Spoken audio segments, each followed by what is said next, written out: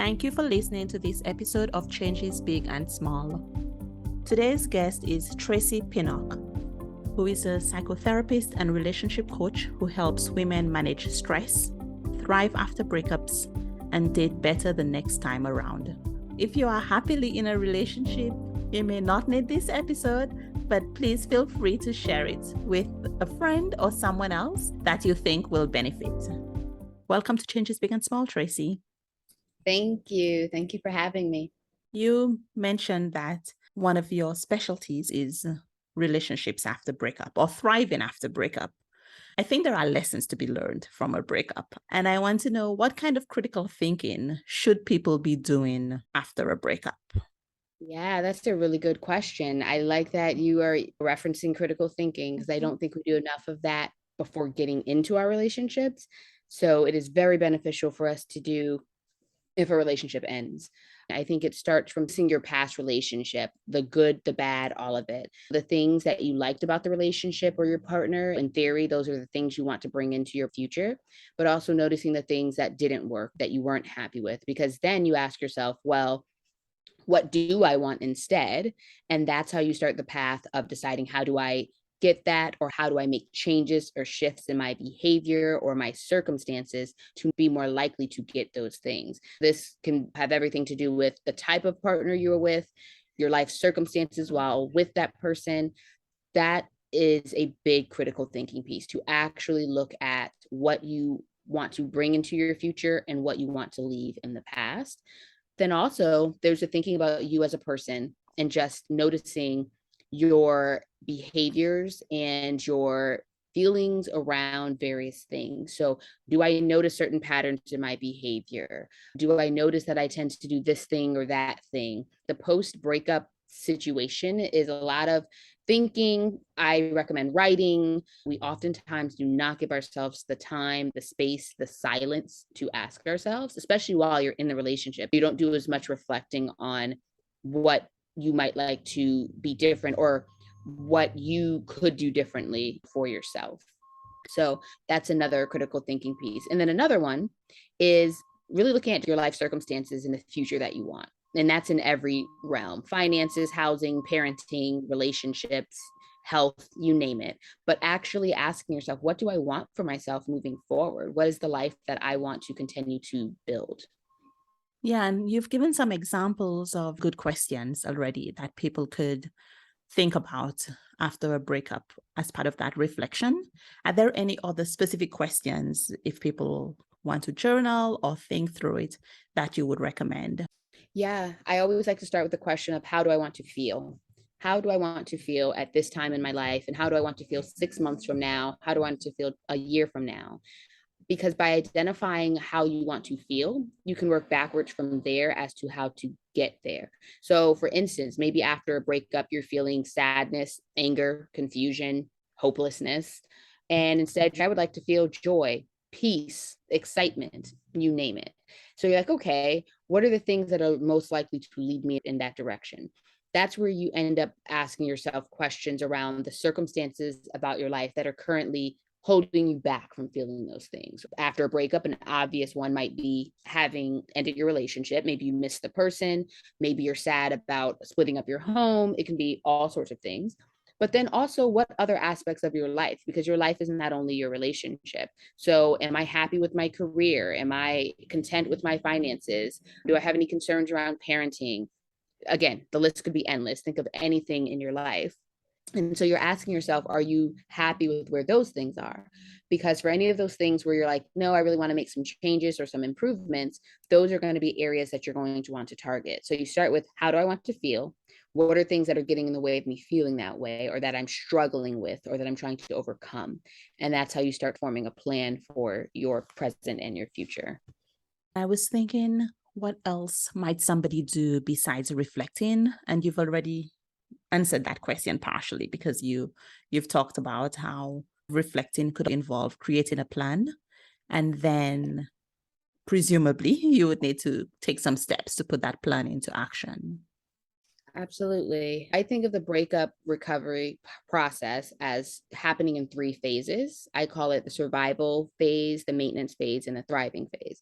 So the survival phase is obviously the earliest phase. It can be days, weeks, months after a breakup, but that's where it's really about emotional adjustment. So it's dealing with the emotional aftermath of a breakup, the sadness, the guilt, anything that comes up for you. So that's where you're doing a lot of just sitting with your feelings, which I think is like the hardest part for a lot of people because we don't want to feel uncomfortable. So we'll stuff it or we'll ignore it. We're like, I'm just going to keep on trucking. I got to do this. I got to do that. And this is the part that is so important, though. It's like literally give yourself time to sit down and ask yourself, what am I feeling? So when it comes to the reflection or when it comes to the writing, this is when you're journaling. I like to encourage people to ask themselves, what are all the emotions that I'm feeling? Write down each emotion: anger, sadness, confusion, relief, any of the things that come up. And then write next to each emotion why you're feeling it. The anger is because X, Y, and Z. The sadness is because X, Y, and Z. And then ask yourself, how do I soothe myself through anger? How do I soothe myself through sadness? So this starts bringing up coping tools. These are the activities that you do to help find relief, because coping is just how we soothe ourselves through uncomfortable things. That is what coping is. So when you ask yourself that question, you ask yourself, well, what soothes me? The answer in a nutshell is self-care, but that looks different for everyone. Who do I need to talk to feel a little better or get advice from? Do I need to get some more rest and more sleep? Do I need to be thoughtful about how I'm fueling my body with food and nutrients and working out? And are there fun things I want to do? The list can be endless, but that's the very beginning stages where you're really trying to manage your emotions. Then going into the maintenance phase, that's what I refer to as establishing a new normal. So this is where you've steadied yourself a bit emotionally. And I want to be clear, it doesn't mean you stop feeling these emotions. Doesn't mean you don't have really hard times. Absolutely, because you're human. But in terms of your day-to-day life, it's taken on a new normal without this person. When you first break up, you're just adjusting to the fact that maybe you're not in the same home or you're not interacting with the person in the same way. All sorts of things could have changed in your life. Maybe, I don't know, you had to get a new car. Anything could happen. I would expect there to be some changes. A lot of the routines have changed, like you pick up your phone to message the person and you can't. Yeah. There are lots of reminders that you come across as you go through life. Yes, for sure. So definitely can be a lot of triggers. So then by the time you're in the maintenance phase, you've established a bit of a new normal. Maybe you moved into a new place, certain routines are in place. And so that is the time where you are able to do a little more of the reflection on your actual life circumstances. Like, am I happy with where I'm living right now? Do I like my job? How are things going with the kids? Do I want to make new friends? In terms of steps that you can do, it is identifying those things and then starting to say, okay, do I want to institute like a workout plan? How do I go about doing that? Do I need to join a gym? Do I need to find a workout program? It's that really concrete stuff of how you want to make changes. You mentioned the last step is thrive. For example, we see people making big decisions such as moving to a new place or finding a new job. I guess those are two of the big ones. At what stage would that typically happen? It depends, because let's say that you did need to move because of the breakup, like that might force you into moving, or your partner moving. Maybe you guys need to sell a house together, all these sort of things. So those type of things, housing, money, visitation for kids, that stuff tends to change pretty immediately. Maybe you have to get your kids into a new school, things like that. Getting a new job because it had to happen because you maybe moved to a whole different location. In the maintenance phase, when you are more settled and you realize, oh, I need to increase my income, or I'm really not happy with what it is I'm doing right now. There are a lot of times where, because you were in a relationship, you didn't make certain changes about your life because it would have upset the stability of the family too much. So maybe while you were in a relationship, you didn't make that career shift because you and your partner had established a certain thing, or you had certain agreements, so you didn't make the change, or you were concerned of how it was going to impact the household income. Maybe you're in a place now where it's that time to make the change. I mean, everyone's circumstances are different, but these big shifts can be happening throughout.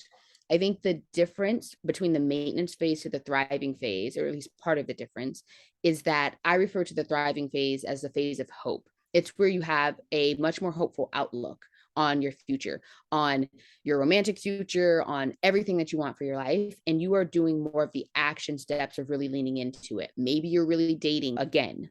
Maybe you are taking the trips you want to take, all of these sort of things. I want to be clear, these things can happen in other phases by all means. Like life is happening. It doesn't go in these perfectly segmented phases, but these phases are more of a condition of checking in with yourself on where you are.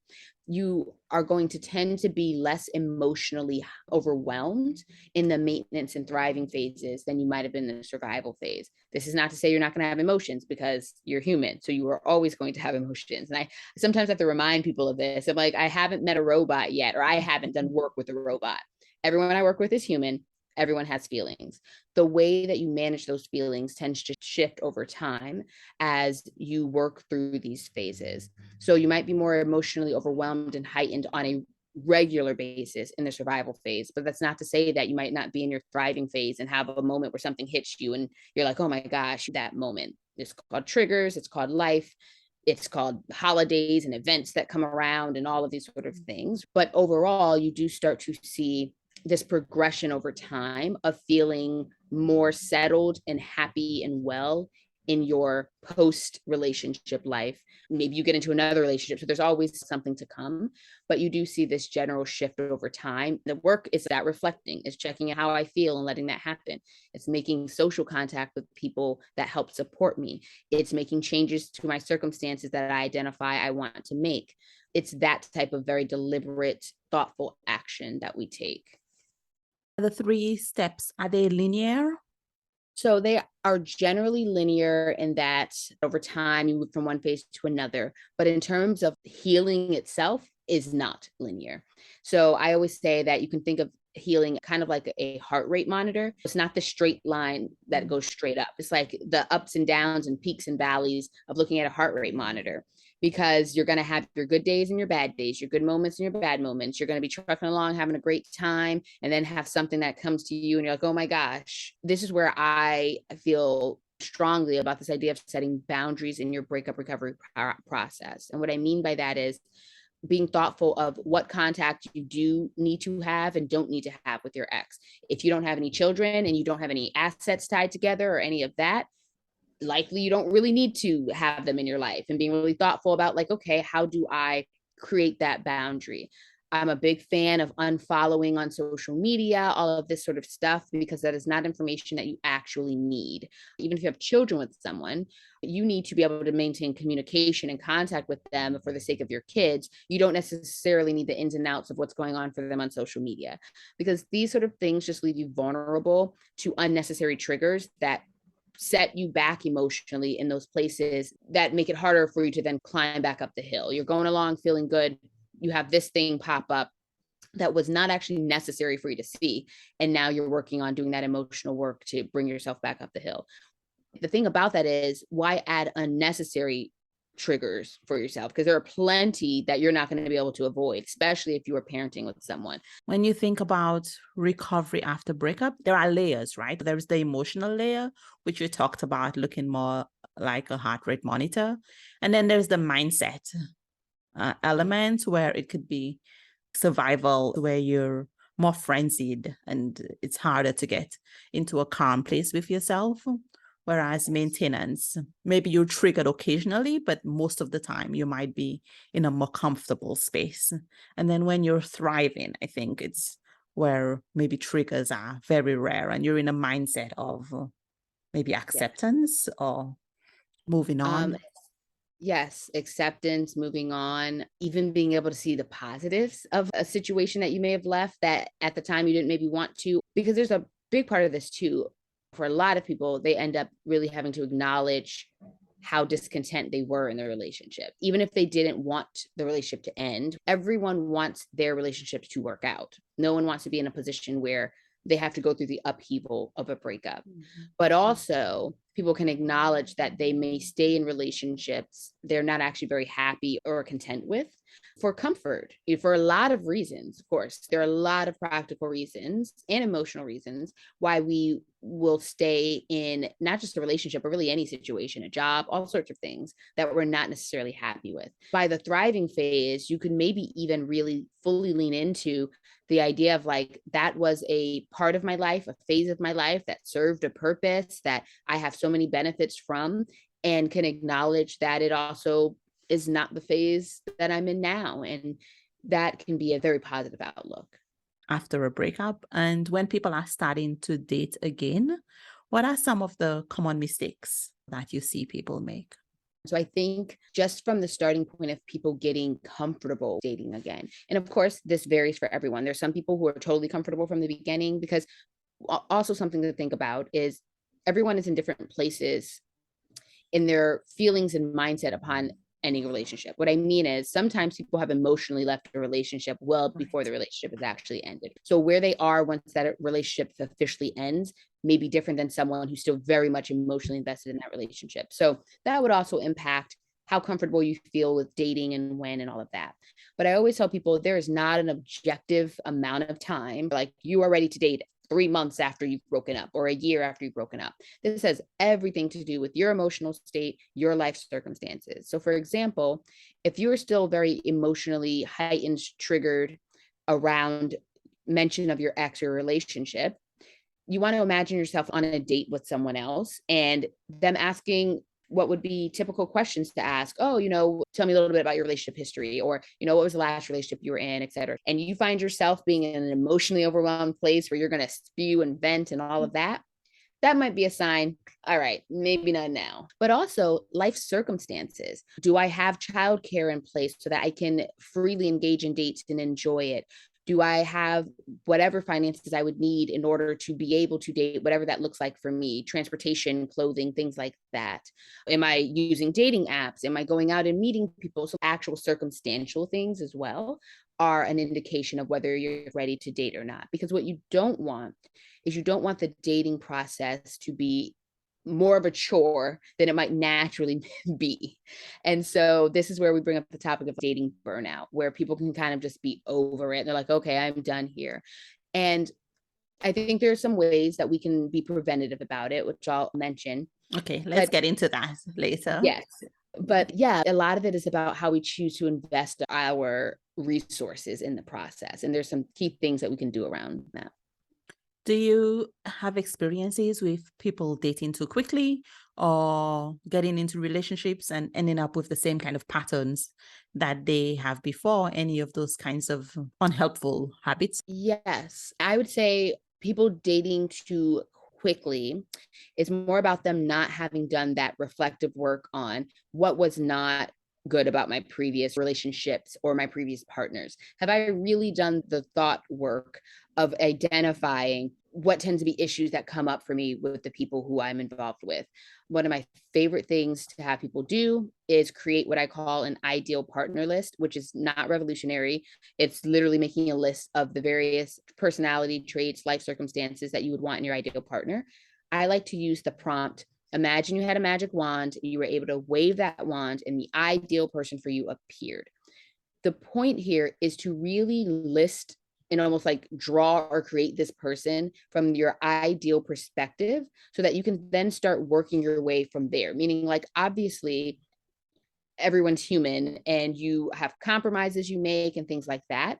But even that idea of compromising, it can be a tricky one. I always say, compromise on your preferences. Do not compromise on your deal breakers. When you compromise on your deal breakers, you're settling. So for example, that ideal partner list might have 50 items on it. It could have 100 items on it.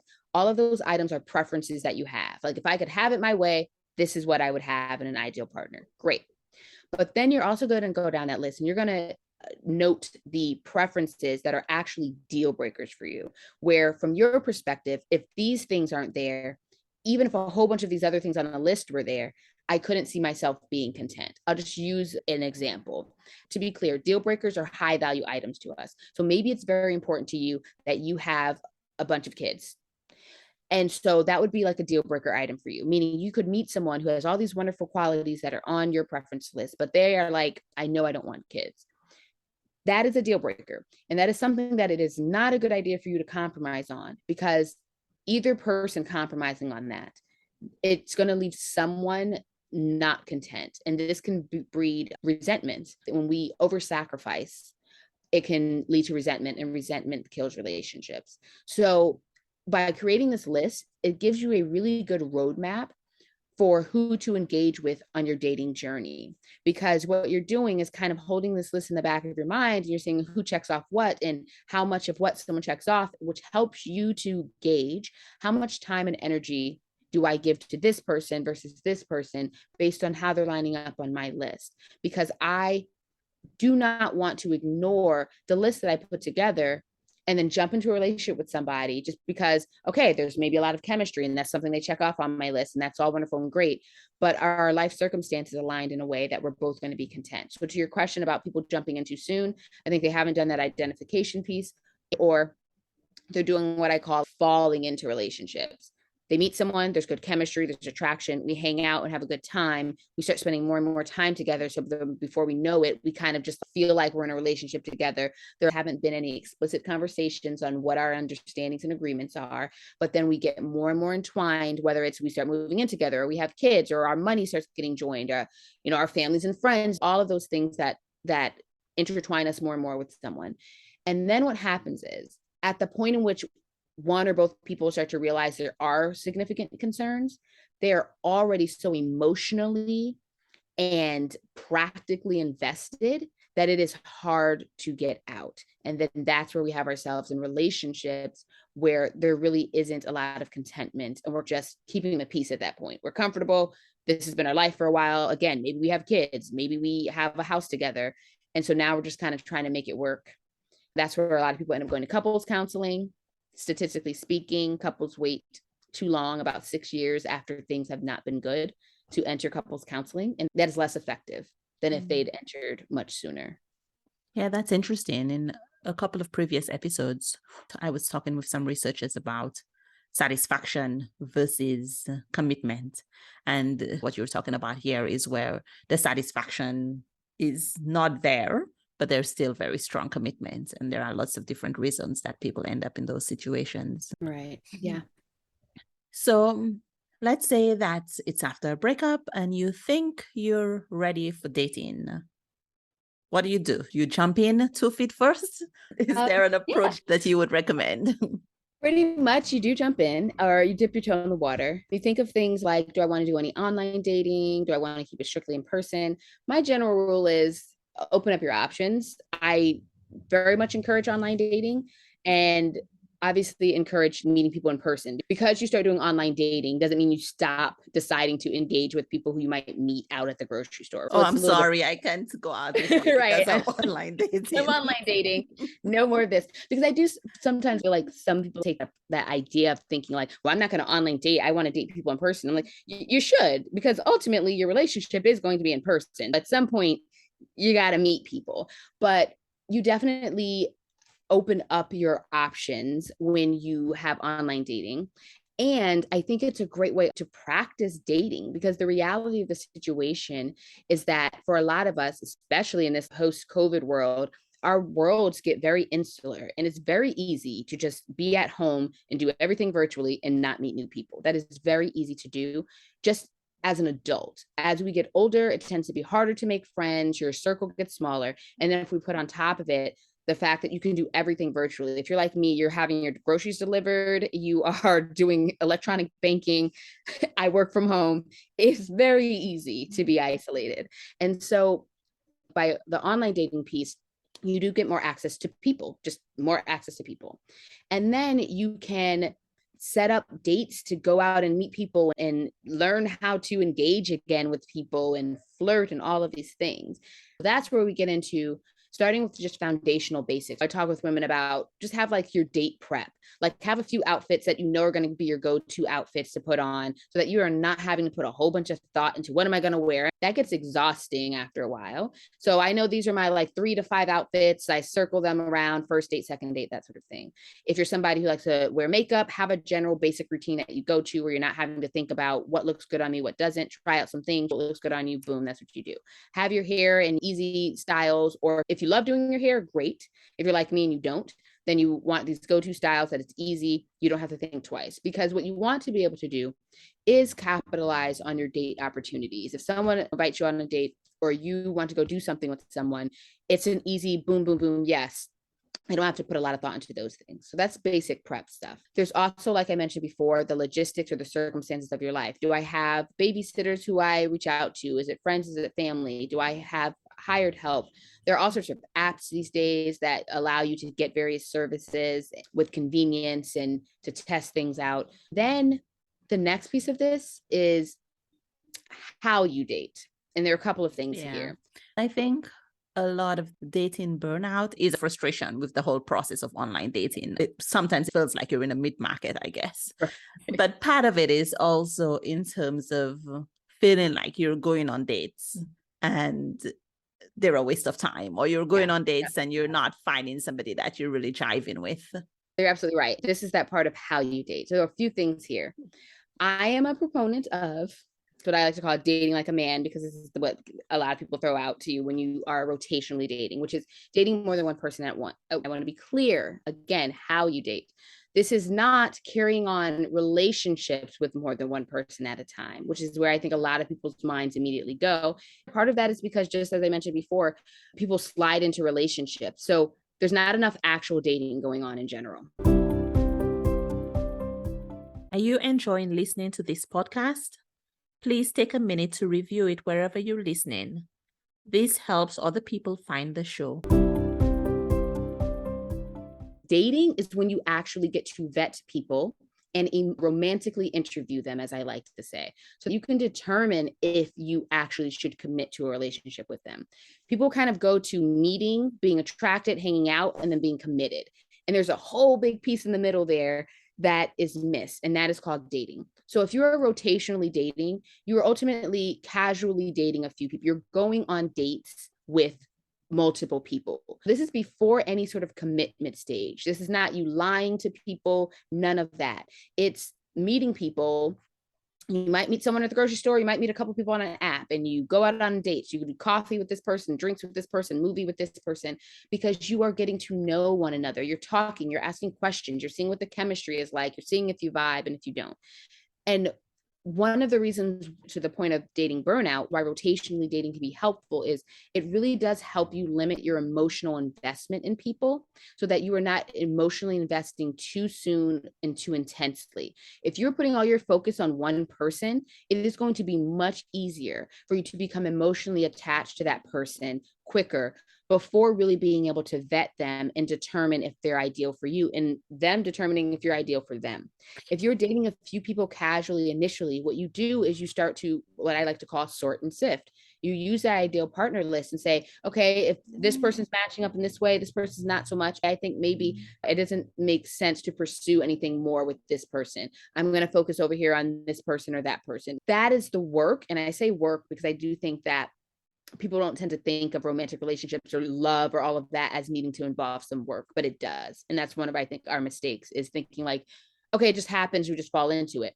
You can, but a lot of times we realize is that what it takes to have a happy, fun, enjoyable attraction and casual relationship with someone is not the same as what it takes to have a healthy, thriving, committed, lifelong relationship with someone. That is where a lot of practical aspects come into play that we don't get to really see or feel until we are farther along in the dating process with someone. But again, if we've already emotionally attached or intertwined certain parts of our lives together, that becomes a harder thing to unravel from. Well, I had a recent experience where I met this guy online and then we ended up chatting. I knew that I did not want to give my WhatsApp number. Mm-hmm. A friend of mine encouraged me to give my WhatsApp number, and I did.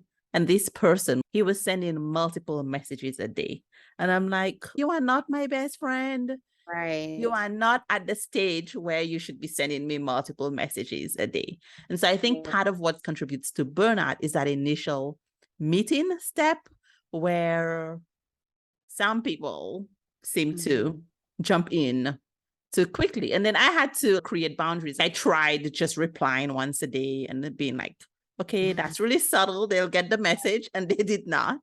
And eventually I was like, okay, I don't like chatting that much. It would be great if we can arrange to meet, but my intention with WhatsApp is not for us to be pen pals. I didn't say it that way, but that was what I was thinking. Yes, so you bring up a very good point, and this adds on to how you date. I am a strong proponent of meeting in person as soon as possible. And for a lot of people, that sounds odd. They're like, I want to get to know them first, that sort of thing. And I'm like, spending time getting to know someone through an app or even on the phone for too long can really set you up for disappointment and absolutely set you up for dating burnout. Because if you are weeks, or let's say even a month or a couple months into talking to someone on the phone and chatting back and forth and building this picture of them in your head, and you go to meet this person and there's just poor chemistry, or there's odd things, or you just don't hit it off for whatever reason, you have invested a lot of mental and emotional energy to only find out that this is not going to work. And even just physical energy, like just time. Yes, everything. So instead, my go-to is you meet on an app or you meet whatever in the grocery store, whatever. You obviously need to exchange some form of contact so that you can reach the person again. But the main point being that just so we can set up a date, right? So because then what I suggest is just go out for coffee or a drink, something that's easy and casual and in quotes, easy to get out of. You finish your coffee and if things aren't good, you can leave. It doesn't need to even be a sit down formal dinner, but you do that as an initial meet just to get the initial vibes of someone. That helps you save a lot of time and energy. You may find after the first meet, like, oh no, not interested, or not really, no thanks. And you can end that and cut that off rather than you've been talking to him on the app or in the DMs, all of that for however long. And this is where this brings me to another point. People get really upset because then you've also put a lot of pressure on the dating process. And I cannot stress enough, not putting pressure on hoping that each date will be the one. Instead, go out on dates purely from the perspective of, I want to go meet a new person, have good conversation, have a good time, maybe try a nice meal or a new restaurant or a new activity, and see how it flows from there. If I am doing that with some amount of frequency, I will get exposure to new people, exposure to new things and places, and also hopefully be enjoying myself in the process, and also being able to quickly sort and sift who I should give my time and energy to. I always say with a date, worst case scenario, you have a weird, odd, funny story to tell. Best case scenario, you hit it off. Like either way, I can take something from this experience and I can have things to share. If it doesn't go great, and if it goes well, then I've met another person who I want to continue to see. But I'm a proponent of meeting early. If you're going to go on more than one date with one person, what do you think about doing the same type of activities versus having a variety of different activities for your dates? Yeah, I think this depends on the person. So, for instance, one of the key things for you is adventure or things like that. And if you want your partner to join you in these type of things, then you might want to try different things because you want to see how each person reacts and responds in these different environments. But honestly, if like that's not really your thing, maybe you're very content with going to dinner or that sort of thing repeatedly, because that is just you as a person. Your personality leans towards that.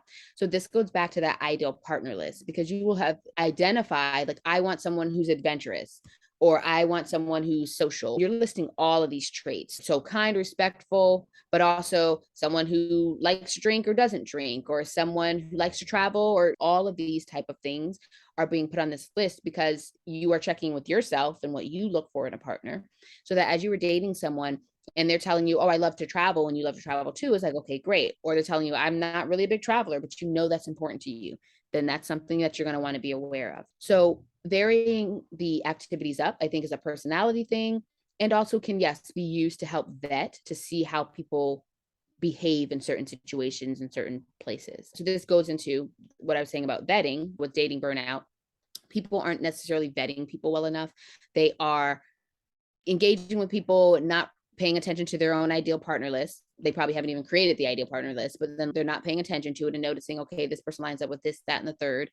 Getting a sense of the energy that someone gives them. So kind of to your point, even with the guy who was sending a lot of messages, like Am I noticing that I'm over investing in the communication and contact and that person's not giving me back that same energy? Is it the other way around? Just noticing how people show up. Do they follow through on what they say? Hey, let's go on a date this day, and they show up and they do it. Or if they need to cancel, it's done respectfully. All of these sort of things matter. So when we talk about the ideal partners list, and then part of that is also deal breakers, is there such a thing as having too many deal breakers? Generally speaking, my answer is no. But I do say that people can kind of maybe check in with how realistic their list is. So I'll have people make their list. We go through all of that, and I'll ask them the questions. So there are about 7 billion people in the world now, 8 billion people in the world now. When you look at this list and the things that you have on it, of the billions of people on Earth, do you think that these are qualities that some people on this earth possess? And people are generally like, yes, because you're not asking for the person to be able to fly or like breathe underwater. Like, we're doing human qualities. So then what I ask people is, okay, of the people who exist on this earth with these qualities, do you think that you can meet them? And this is a very important question, because a person's answer to this question says a lot about things in their life and the ways that they're dating and all of that. Because if they're like, yes, that generally indicates that they are, like I say, swimming in the right pools for themselves. Like, they're interacting with and being in the places with the type of people who fit this list. If people say no, then it can be an indication of like their dating pool not being ideal. Maybe they're looking for, I don't know, like a professional who, has this income or does this, that sort of thing, and they're not in those circles. So this starts bringing up a conversation around, okay, how are we meeting people? How are we engaging? After you've decided, okay, of the billions of people on the earth, people do possess these qualities, and I maybe even think that I come in contact with these type of people. Another question is, do I think these people engage with me or want to engage with me? This also starts to bring up almost like a self-confidence or a self-worth question around, do I feel that I attract the type of person that I'm attracted to, and that in theory at least I want in my life, and what is involved in interacting with or forming an actual union with this type of person? Like, these type of deeper questions come up when you ask those various questions. And I guess there's also a readiness element to it too, in terms of how many of those qualities do you need to have yourself in order to be able to attract that or not. I was having a conversation with a friend, and we were talking about, what do you do on a first date? And she mentioned going out to dinner is to be able to vet the person's finances, because the place that he chooses for dinner or what he suggests indicates his financial status. Like, I had never thought about that before, because I'm just like, let us go to the local Starbucks. Well, Right. Not necessarily Starbucks. I would prefer to go somewhere local, but let's just do that because it's not such a big time investment, and we can see whether or not we want to meet up again. So this is very interesting. This is a fun question for me, because yes, it can vet his finances if he's being honest and upfront and truthful about his finances to himself and to you. So let's say it's a confident person who knows what they have or don't have. They've done that work for themselves. Therefore, they're going to choose to live within their means, whatever those means are. Then yes, you might get a clear indication of where that person is financially based on what they pick. But also, if they're trying to impress or over impress, you might not get a clear indication of what that person's coming with. So the vetting process, and this is exactly what I say, dating, actually truly dating someone is important, because you need to see date 2, 3, 4. You need to see how they behave around maybe their friends or your friends at some point, if you guys go that far. It's all of these different things. Also, to be clear too, that like, a guy may have finances in order and not initially choose a fancier place, because honestly, he's vetting you as well. And he's deciding, is this going to be someone who I want to see again? So again, to the whole like coffee, drink, that sort of thing, I see nothing wrong with someone suggesting coffee or something casual the first time we meet, because we literally don't know. We are literal strangers. So I'm cool with us doing something short and sweet, getting a general read. And if we want a second date, we want a second date. And that is where someone may choose to invest those things a little bit more over time. I'm not offended at a guy being like, hey, let's do coffee. As a matter of fact, I'm usually relieved, because I don't know if I'm going to like you, sir, to be honest. So let's make it an easy exit. And then it's great when you realize you've had a first date and you're like, I want to see this person again, and they want to see you again. And then it's like, all right, let's do it. So that's kind of my take on the situation. Yeah, it's like you don't have to plan something right after, just in case you want to extend that Right. initial meeting, but you're not committing to too much to begin with. Exactly.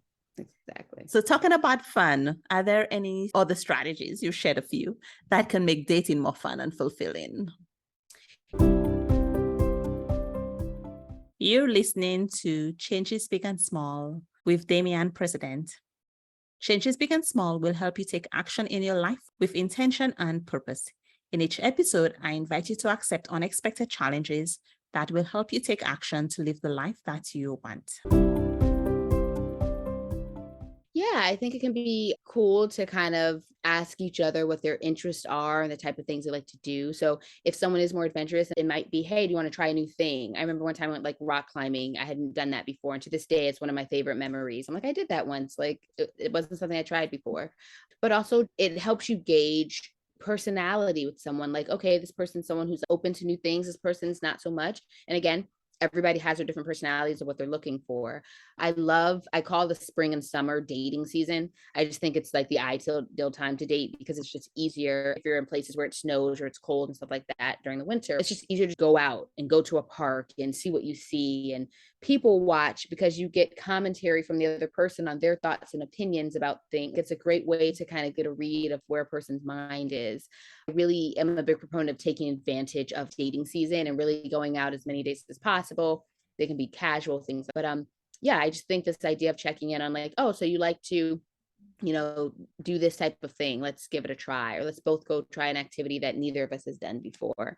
I think having mini adventures can be really fun. I've talked to friends that said, well, where I live, you must put on the fake lashes and you must get your nails done and you must have your hair a certain way. Like there's a lot of maintenance that women have to do in order to even get to that first date, in order to attract somebody. What are your thoughts on that?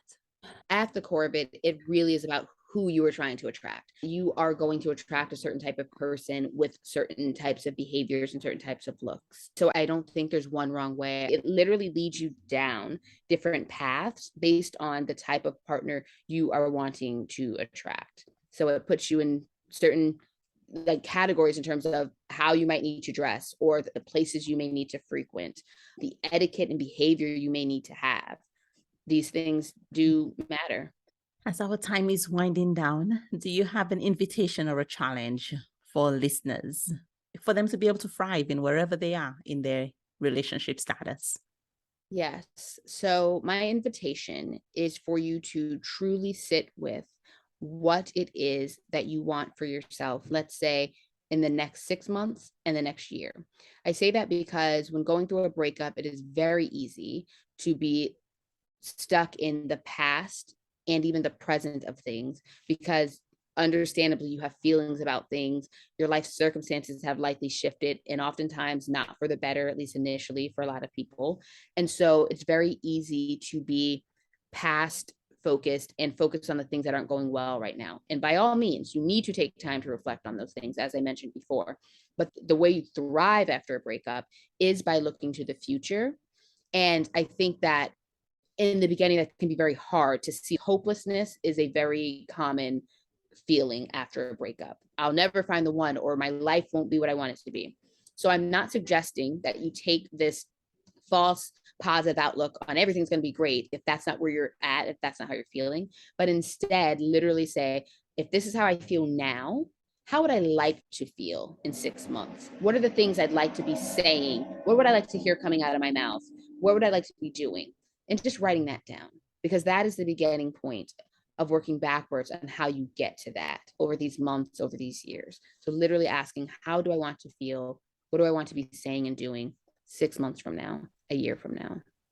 I have a friend who every time he and his wife goes on a trip, they seem to take stock of their lives and create visions of where they want to go in the next few years.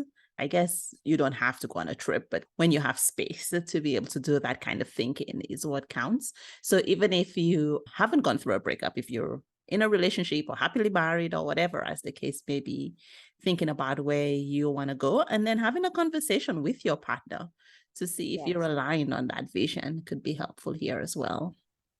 Absolutely.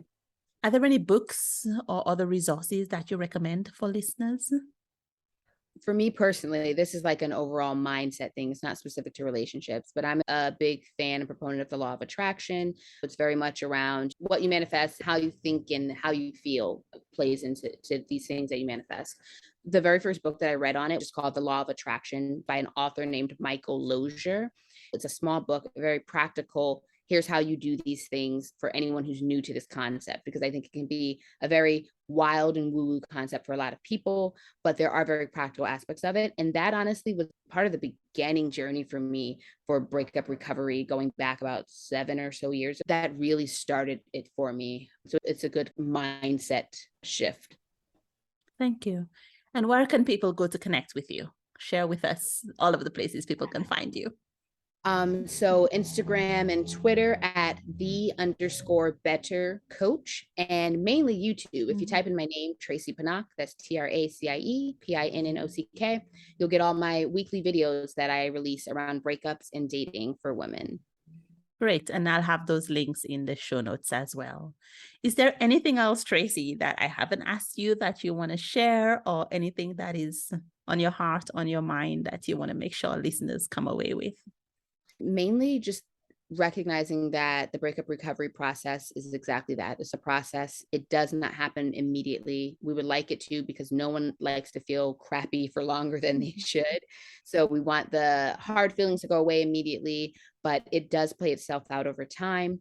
You know, we have this phrase that time heals all wounds. I think that's a bit incorrect, in that I think time heals little emotional scratches. Like you get a paper cut, you don't really have to do anything to it. It heals, right? But if you have a broken bone, you can't just let time do its thing. You actually have to mend it, and it usually hurts. The doctor has to touch it and set it, and it's going to hurt initially, but you do that so that you can get to the other side of it being healed well. So time is going to pass inevitably. As time passes, it's what you're doing with that time that really counts. So just understand that it's a process that's going to play itself out over time. You want to identify what your goals for your life are and focus on those. And when you look back in hindsight, how you felt 3 months ago, 6 months ago, a year ago, 2 years ago, you notice that shift. Wonderful. Thank you very much, Tracie, for joining me today. You're very welcome. Thank you for having me.